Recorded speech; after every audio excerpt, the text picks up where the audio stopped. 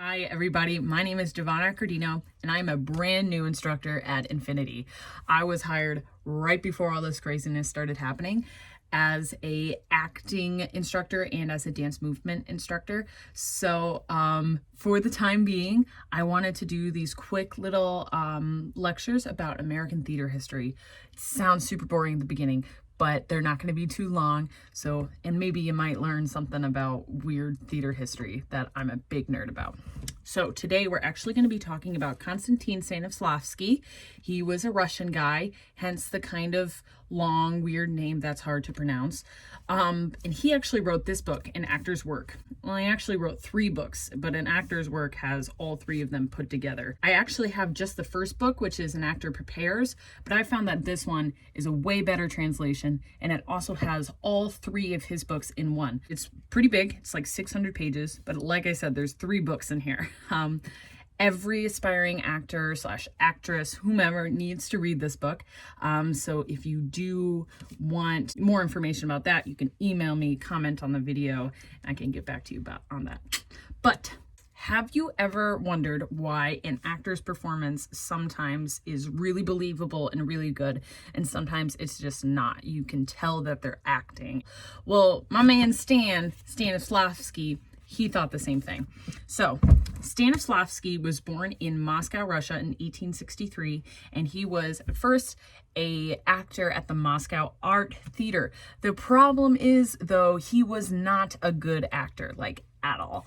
And he was really frustrated because there was no method to acting. So like, how was he supposed to get better? Meanwhile, in the United States, we're going to jump on over from Russia to the United States. In the beginning of the 20th century, American stages were full of performances, including melodrama, opera, musicals, and vaudeville. Acting was judged by the performative style of it. You know, the bigger, the better. Performers were broad and illustrative with large, big gestures. If an actor at the turn of the century was thrown onto one of today's major film sets, they would be extremely confused, and you would probably think that they were terrible actors because none of it was realistic. It was super big, super bold, very physical acting.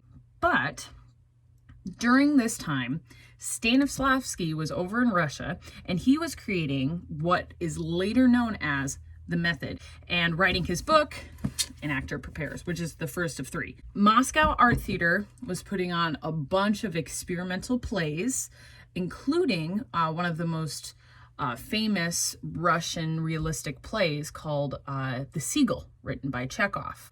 That was performed in 1896, and audiences hated it. They were like, what is going on? This is dumb.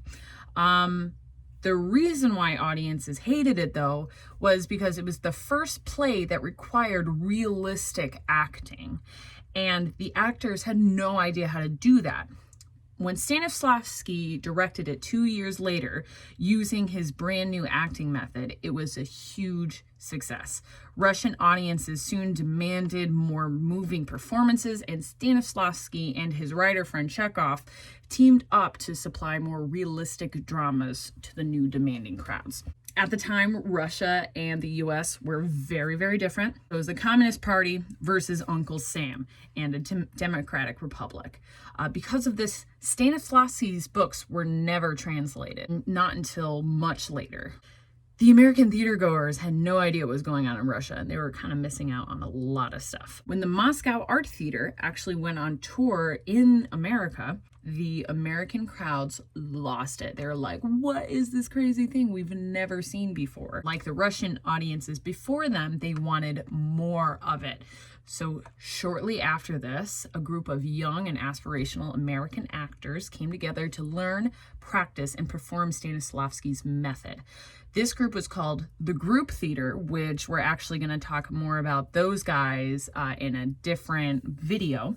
But yeah, Konstantin Stanislavski, he is the one who created realistic acting. I mean, the whole method behind it, before we had no idea what it was like and how it was going to change acting forever. I mean, even now, realistic acting is the place, is what people go to. Anyway, thank you so much for watching this video. If you liked it, please let me know. I am happy to make more because I love this kind of stuff. But stay safe, stay healthy, wash your hands, and also don't forget to moisturize, okay? Because my hands are very dry from all the washing I've been doing. Anyway, guys, I'm so excited to see you actually in person. For now, have a great rest of your day. Bye.